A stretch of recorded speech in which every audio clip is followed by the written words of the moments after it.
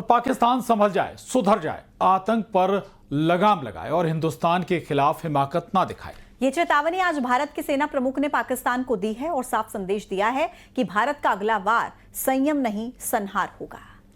वहीं air force chief ने operation सिंदूर पर पाकिस्तान को बेनकाब कर दिया है।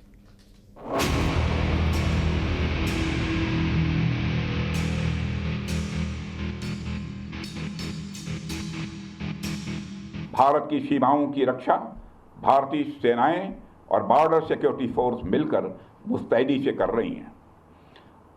अगर सरक्रीक इलाके में पाकिस्तान की ओर से कोई भी हिमाकत की गई तो उसे ऐसा करारा जवाब मिलेगा कि इतिहास और भूगोल दोनों बदल जाएंगे मेरे साथियों।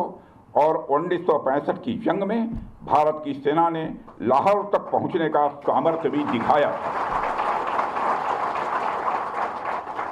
आज 2025 में पाकिस्तान को याद रखना चाहिए कि कराची का एक रास्ता क्रीक से ही होकर गुजरता है।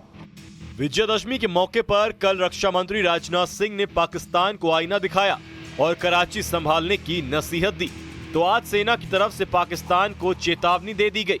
सेना प्रमुख जनरल उपेंद्र द्विवेदी ने 2 टूक कह डाला कि ऑपरेशन सिंदूर में तो भारत ने संयम दिखाया, लेकिन अब की बार सरहद पार से कोई हिमाकत हुई तो इस बार भारत ऐसा प्रहार करेगा जो पाकिस्तान को सोचने पर मजबूर कर देगा कि उसे इतिहास और भूगोल में रहना है या नहीं।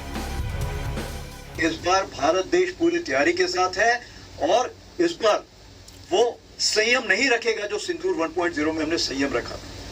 इस बार हम आगे की कार्रवाई करेंगे और कुछ ऐसी कार्रवाई करेंगे कि हो सकता है पाकिस्तान को सोचना पड़े कि उसे इतिहास में भूगोल में रहना है कि नहीं रहना। एक तरफ सेना प्रमुख मोर्चा संभाले हुए थे तो दूसरी तरफ एयरफोर्स चीफ एपी सिंह भी पाकिस्तान की पोल खोल रहे थे। एयरफोर्स चीफ ने ऑपरेशन सिंदूर पर पाकिस्तान का झूठ बेनकाब किया और बताया कि भारत के एक्शन से कैसे पाकिस्तान में खलबली मची थी, पाकिस्तान को कितना नुकसान हुआ और कैसे पाकिस्तान की जमीन से लेकर हवाई ताकत मिट्टी में मिल गई।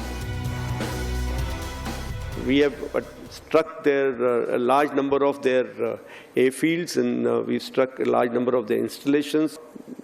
Because of this strikes, there have been radars at least 4 places, command and control centers at 2 places, runway, of course, damaged at 2 places.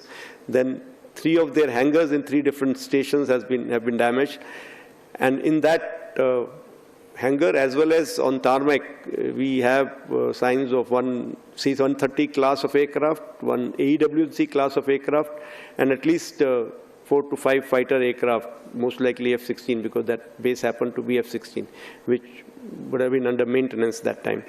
Along with that, one SAM system, which has been destroyed. 2 दिन और 3 बयान, पहले रक्षा मंत्री, फिर सेना प्रमुख और वायु सेना प्रमुख। साफ संदेश है आतंकिस्तान को, या तो वो अपने घर की सफाई करे या हिंदुस्तान के खिलाफ साजिशों से बाज आए, वरना ऑपरेशन सिंदूर तो सिर्फ ट्रेलर था।